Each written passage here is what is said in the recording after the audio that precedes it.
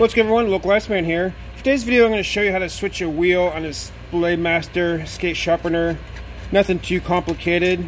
But if any of my new drivers that come here want to know how to switch a wheel out, they can watch this video if I'm not around to show them. Plus, it's kind of cool, I guess. Not really, but I'll show you anyway. So we're going to remove these 4 screws.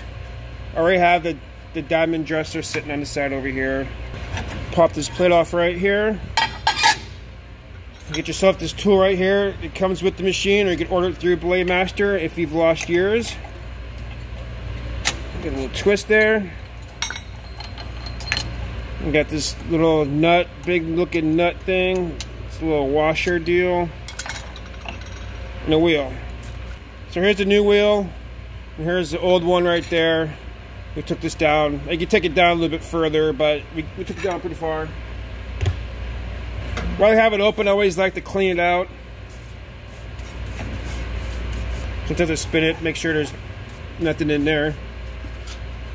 I always pull this thing off too and dust it off. Spin this thing back. Just kind of twirl it. Dust the arms off, dust these little channels off. If there's anything on the side there, I don't know if you can see it, I usually scrape everything off.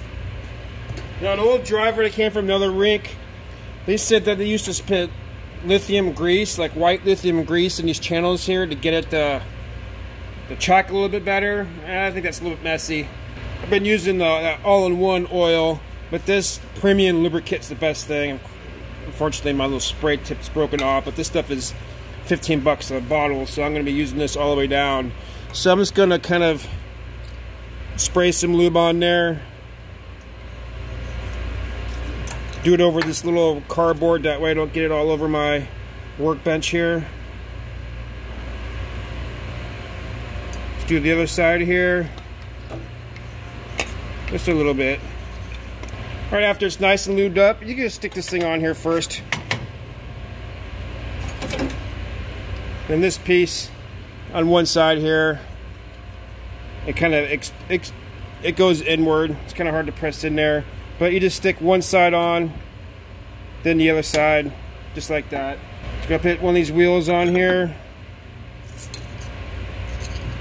This little washer deal back on. Put the locking nut here on. Not really locking, but give it a little tighten. I won't over tighten it, not too hard. This top plate back on here. Now, I don't over tighten these screws right here. If you tighten them too much, then this little thing right here becomes hard to slide back and forth. Again, not too tight. You just want to, I won't even call it tighten. Just make sure the bottom of the heads of the bolts touch the metal plate, I guess.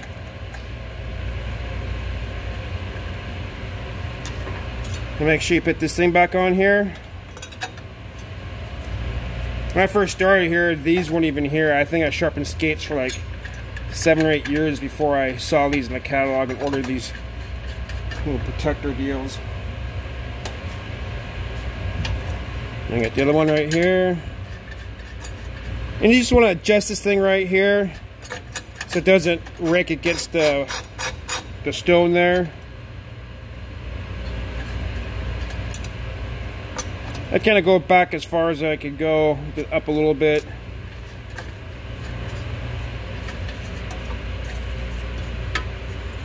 So it's nice to do a test run here. I did have a wheel explode on me one time, so I'm always a little tentative turning it on. There you go, that's all there is to it. We can put our diamond dressing bit right here. Back it up a little bit. I just kind of set to a 1/2 inch. We're good to go. Alright, so halfway guys today. Thanks for watching. As always, hope you learned something. And like the local Iceman says, stay cool.